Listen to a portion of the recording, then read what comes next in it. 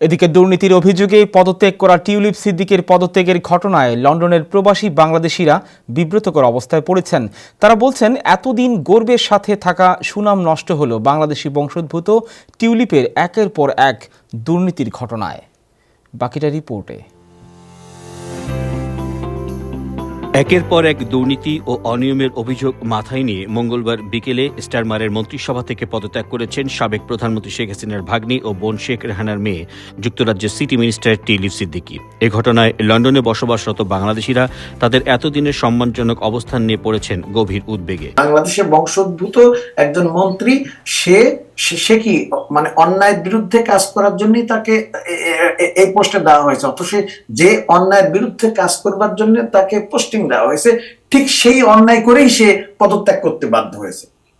এবং সে ওই দেশের লোক, যে দেশের মানুষ আমি।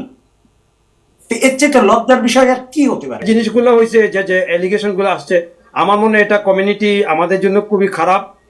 আমি মনে করি আমাদের ইয়ং জেনারেশন, যে আগামী যে আমাদের যে ছেলেমেয়েরা আছে, ভবিষ্যতে যারা ভালো একটা জব করে বা ভালো কোনো কিছু করতে পারবে, তাদের জন্য হয়তো কিছুটা হলে এফেক্ট হতে পারে। কিন্তু তাদের আশঙ্কা, এসব ঘটনায় নেতিবাচক প্রভাব পড়বে প্রতিবেশী কমিউনিটি। কিন্তু এটা কিন্তু আমাদের জন্য খুবই এফেক্ট হচ্ছে।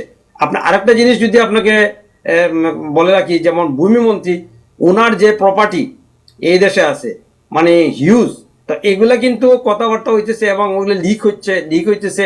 এটা কিন্তু আমাদের কমিউনিটিতে, কিন্তু আমরা যারা আমাদের ইয়ং জেনারেশন যারা ভবিষ্যতে এই দেশে প্রপার্টি কিনতে চায় বা কোনো কিছু করতে চায় বা ব্যবসা করতে চায়, আমাদের জন্য কিন্তু সাংঘাতিক এফেক্ট হবে। এবং এফেক্ট আমার মনে হয় তাদের আশা, ভবিষ্যতে যেসব বাংলাদেশি বংশোদ্ভূতরা নেতৃত্বে থাকবেন, তারা যেন দেশ ও লন্ডনে বসবাসরত বাংলাদেশিদের সুনামের ব্যাপারটিকে গুরুত্ব দেন।